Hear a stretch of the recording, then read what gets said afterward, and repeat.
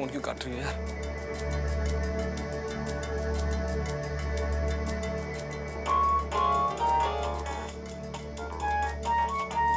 कौन नंबर है?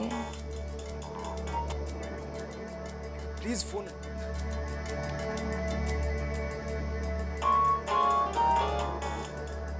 हेलो। मेघा, मैं बोल रहा हूँ उदय। मम्मी कमरे से फोन कर रहा हूँ। बहुत बड़ी मुसीबत आ गई यार। एक तो मम्मी ने मुझसे मेरा मोबाइल छीन लिया, ऊपर से पता नहीं इनके बीच में क्या खिचड़ी पक रही है यार। तुमसे दूर करने के लिए मुझे कल ही दिल्ली भेज रहे हैं। उदय, उदय मेरा भी यही हाल है। मैं भी यहाँ पाबंदियों के बीच में ही जी रही हूँ। कि तुम ना घबराना मत। देखो, तुम लोग चाहे कितनी भी कोशिश कर लेना, हमें अलग नहीं कर सकते। मैंने कह दिया, मैं कहीं दिल्ली में नहीं जाऊंगा, जो करना सो कर लो। अरे मैं तुमसे अलग रह नहीं सकता यार, इम्पॉसिबल। देखता हूँ मुझे कौन तुमसे अलग करता है। कैसी बातें कर रहे हो? Don't be emotional fool. देखो, हमारी भलाई सिर्फ इसी में है कि तुम इस वक्त दिल्ली चले जाओ। ये क्या कह रही मेघा तुम? मैं दिल्ली चला जाऊं? और तुम मेरी चिंता मत करो उदय, हम लोग कांटेक्ट में तो रहेंगे ही ना। तुम दिल्ली जाओ, वहां पर कुछ ऐसा प्लान बना जो मैं यहाँ से बाहर जा सकूं। तुम समझ रहे हो ना मैं क्या बोल रही हूँ? मेघा, पर लेकिन छोड़ दो उदी। I love you dear. देखो, दिनकर जी की कुर्बानी वेस्ट नहीं जानी चाहिए। और तुम देख लेना, हम मिलेंगे, हम जरूर मिलेंगे। तुम बस अपना ख्याल रखना, ठीक है? Bye bye.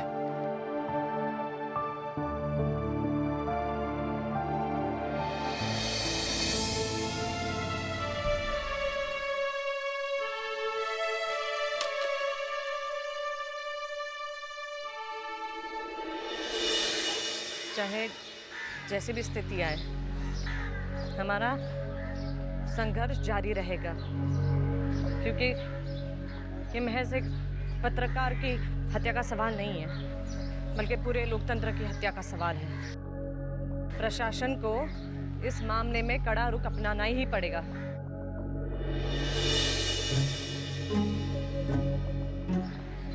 प्रेस को इस लोकतंत्र का चौथा स्तंभ माना जाता है, और फिर उसी से जुड़े हुए एक व्यक्ति को बीच सड़क पर रास्ते में मार दिया जाता है।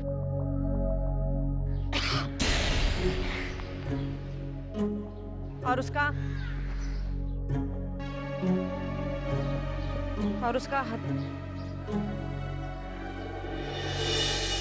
संभाल के।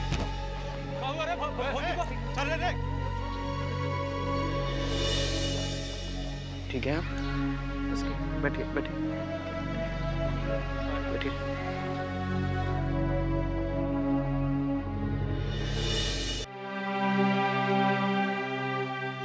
देखिए, आपने कल से पानी का एक घूंट भी नहीं पिया है। मेरा मानना है कि आप ये अनशन तोड़ दें तो ज़्यादा बेहतर होगा। देखिए, भूख हड़ताल तोड़ी जा सकती है। कुछ हवा करने के लिए कुछ है? ये नहीं, ये से करो, हवा कीजिए थोड़ा सा। ठीक है आप? ठीक है, कुछ पानी वगैरह? हाँ, पक्का?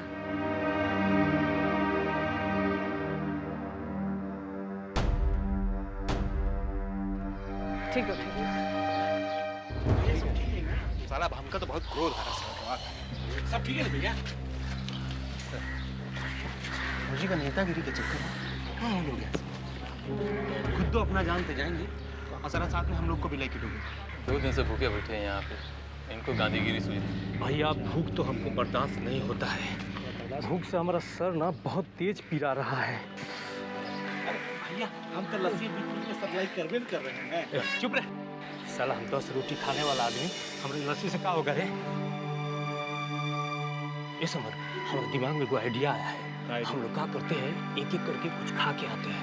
पगला गए हो क्या? अच्छा, विजय भैया का बात पता चले क्या कहेंगे? सही है तो बोल रहा है।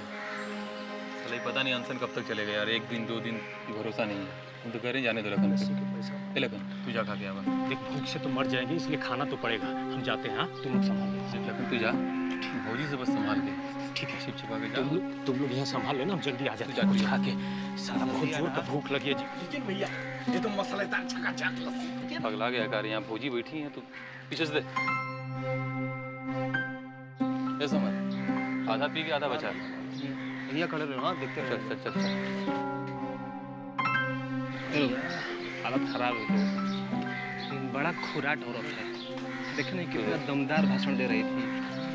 बड़का नेताइन बनेगी देखिएगा। आहा, हमको तो निशा जी में एकदम इंदिरा गांधी का झलक दिख रहा है। ए भैया, हम तो कहते हैं ई राज को निशा जी जैसा मुख्यमंत्री की जरूरत, तभी यहाँ का विकास होगा एकदम। अरे भाई समय का कोनो भरोसा नहीं। विजय कांत जैसा बाहुबली का समर्थन है। सीएमओ बन गई तो कोई बहुत बड़ा बात नहीं है, समझे? एकदम ठीक बात कहे भैया, हमारा भी दिल यही गवाही दे रहा है। हमको तो शक हो रहा है। तुमको तो हर बात पे शक के बुझाता है। इसको तो अपना मेहरुओं पर शक है। ऐसा बोलेगा तुम जी?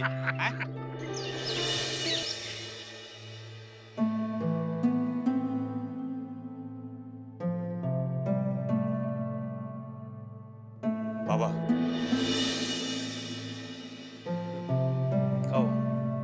वही हुआ जिस बात का हमको डर था। निशा भाभी का निशा को अभी तक तो कुछ नहीं हुआ है, लेकिन ऐसे अगर 1-2 दिन भूखे प्यासे अनशन पर बैठी रही ना तो कुछ न कुछ जरूर हो जाएगा। मतलब? खबर मिला है कि गांधी चौक पर आज निशा भाभी भाषण देते वक्त बेहोश होते होते बची हैं। हमको तो बहुत चिंता हो रहा है उनके लिए। बात तो चिंता का है ही। कल से अनशन पर बैठी है, खाना पीना एकदम बंद। अभी उसको ये सब का अभ्यास नहीं है। तो ये समझ में नहीं आ रहा है कलेक्टर ससुरा कर रहा है। कान में तेल डाल के सो रहा है साला। बाबा लेकिन ये भूख हड़ताल में कलेक्टर क्या करेगा? वो तो अपने मन से बैठी है ना अनशन पर। अरे बैठी है लेकिन उठाना भी तो जरूरी है।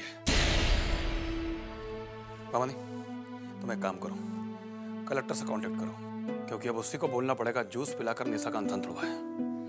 जाओ। जी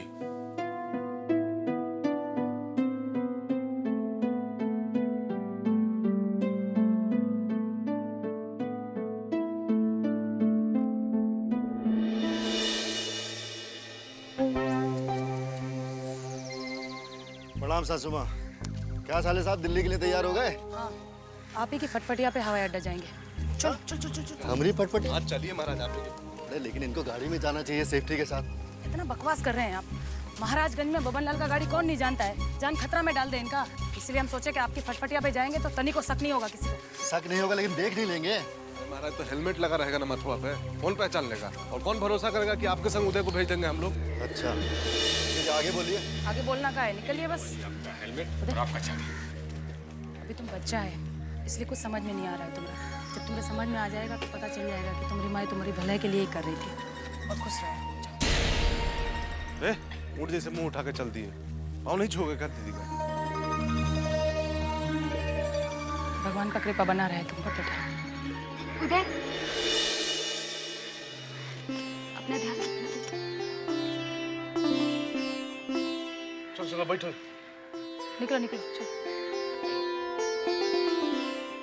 मुंह क्यों लटका है साले साहब? बहुत बढ़िया मौका मिला है जेल से, और जेलर से पीछा छूट जाएगा। ले जाइए, फिर अपनी मेघा रानी को भी वहीं बुला लीजिए। बैठिए बैठिए। जल्दी निकलिए, हवाई अड्डा बहुत दूर है। हाँ निकल रहे।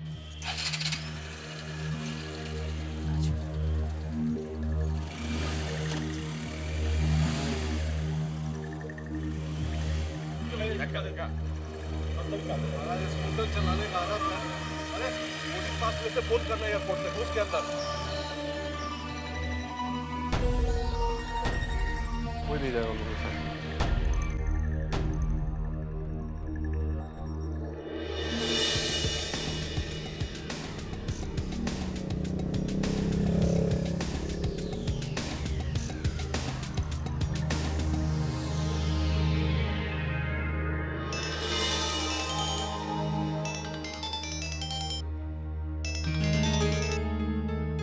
अभी अभी बब्बन के घर के पीछे से केडी और उदय दोनों मोटरसाइकिल पर एयरपोर्ट की तरफ गए हैं। कोई नहीं आगे पीछे, एकदम गाड़ी अकेला है।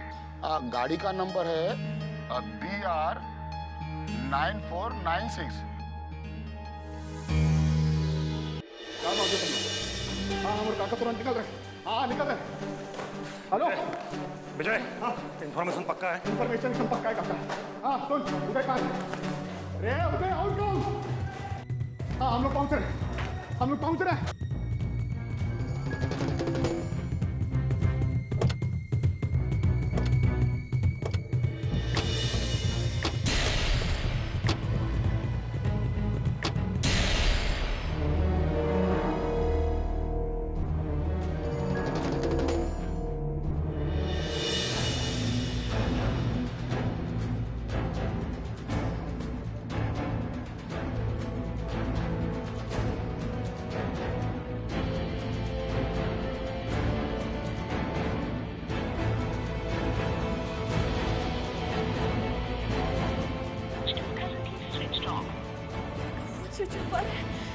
क्या करूं?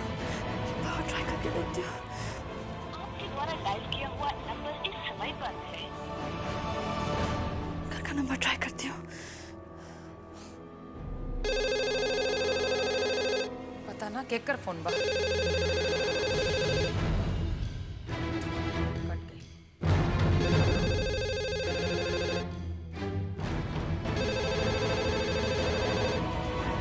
हेलो मम्मी जी मैं मना किए थे यहाँ फोन करने के लिए। तुम्हारा हिम्मत कैसे हुआ यहाँ फोन करने के लिए? मम्मी जी प्लीज फोन मत काटिएगा, प्लीज मेरी बात सुन लीजिए। बेशरम लड़की, अगर दोबारा यहाँ फोन की ना तो हमसे बुरा कोई ना होगा। प्लीज ना मेरी बात सुनने की कोशिश कीजिए, प्लीज भगवान के नाम पे मेरी बात सुनिए। वो देखिए जान खतरे में, आप समझने की कोशिश क्यों नहीं कर रही हैं? पता नहीं कैसे विजयकांत और बाबा को ये पता चल गया है कि केडी जी के साथ वो स्कूटर से एयरपोर्ट जा रहा है और उसे मारने के लिए वो यहाँ से निकल भी चुके हैं। प्लीज बकवास कर रही हो तुम। सच कह रहे हैं, सच कह रहे हैं। प्लीज हमारी बात का यकीन कीजिए। देखिए जान खतरे में, प्लीज उसे बचा लीजिए। प्लीज कैसे भी करके उसे बचा लीजिए।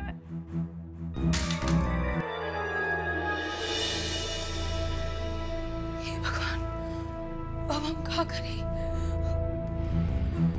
पुत्तन, बिंदा, पुत्तन, बिंदा, पुत्तन, बिंदा, पुत्तन। अरे कहाँ बाड़ा तू लोग? हे पुत्तन, विजयकांत और बबू का पता चल गई कि उदय अकेला स्कूटर पे मेहमान बाबू के संगे एयरपोर्ट जा रहल बानी। कैसे पता चल? अरे छोड़ के कैसे? वो लोग उदय के मारे खातिर निकल गए बाड़न से। अरे मेहमान बाबू के फोन लगाओ जल्दी, अनर्थ हो जाए।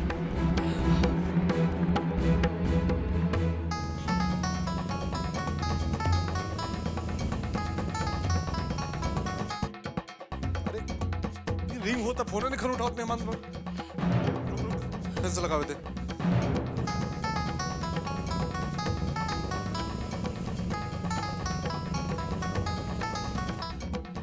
अरे इनका जब फोन उठावाई के नहीं कहता फोन रख ले का है बड़ा कट गई। हम क्या करी पुत्र? ते हबड़ो मत हम लावी लगाते।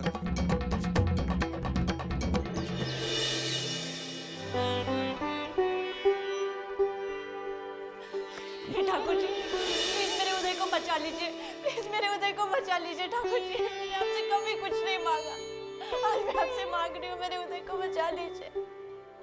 मैं आपसे कभी कुछ नहीं मांगूंगी, बस मेरे उदय को बचा लीजिए ठाकुर जी। प्लीज मेरे उदय को बचा लीजिए, प्लीज मेरे उदय को बचा लीजिए। काबिल दीदी कहाँ इतना परेशान बाड़ू? विजयकांत उदय को मारने के लिए निकल चुका है। मुझे कुछ समझ में नहीं आ रहा है, पता नहीं क्या होगा। ये दुश्मनी का क्या नतीजा निकली दीदी? अरे तू चिंता जीन करा, दुलारी जी अपने लड़का के अच्छे से संभाल रही हैं। ये बात का तो डर है, ये पता नहीं होता उनकी बात मानेगा या नहीं। तू भगवान के घर में बैठल हो ना, अरे इनके यहाँ देर हो बाकी अंधेर नहीं। ठाकुर जी इस बार देर मत करना, मेरे उदय की रक्षा करना, मेरे उदय की रक्षा करना। ठाकुर जी पे विश्वास रखा, सब ठीक हो जाएगा।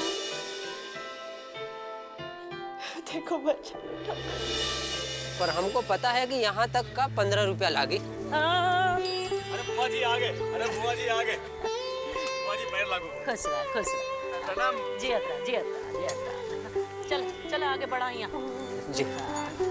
दूर बा। अरे रोका बिलायत ले जाइबे का, रोका। अरे बुआ जी, बुआ सामान उठा। ए ललन पैसा देता तनी 15 रुपया मांगा था समझा तो वो जिस पैसा मांग रहा बहुत दूर से लेके आए हैं सब। जिस पैसा मांग रहा है रे इसका रिक्शा लेकर बाहर ले चल बाहर 15 रुपया सुनो तो एक बात निकाल बाहर इसको।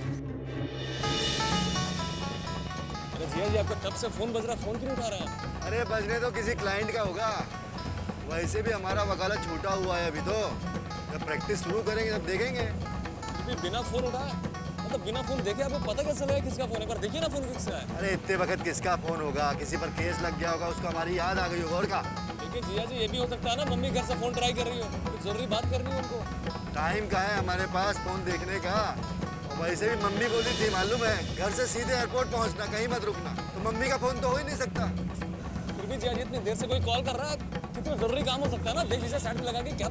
अरे लेकिन टाइम का है हमारे पास, अब हमारे लिए सबसे ज्यादा जरूरी काम है तुमको एयरपोर्ट पहुंचाना, समझे? उससे ज्यादा जरूरी कोई काम नहीं है हमारे पास। ये घर में रह के हम पल पोस के बड़ पाए, ये घर छोड़ के एक को मिनट चैन से नहीं के रह पाए। हम लोग बुआ जी आपको बहुत याद करते थे। हाँ कितना याद करत रही तू नहीं हमने के सब मालूम बा कि एक बार हमार खोज खबर भी नहीं के ले ले। तू लोग तो यो ना पता कैले कि जिंदा बानी के मर गई नहीं हम, बाकी हम का करें, ये घर से हमार मोह ना छूट पावेला, यही से वापस आ गई। सोचनी चल के देखा तो सही हमरा बिना कैसन चलता घर बार, और केहू संभारे वाला भी तो नहीं के ई घर के हमरा अलावा। बिल्कुल ठीक कह रही हैं आप बुआ जी। हम कपो गलत कहबे ना करी, अब कुछ दिन यहाँ रह के देखा कि कैसन चलता घर बार। जी बुआ जी। आए हो अब सब किस्सा कहानी तू ही सुन ले बा। हाँ अरे कुछ दुख सुख घर के लोगों से बांटे ला रहा था। हाँ हे दुल्हन, हे दुल्हन।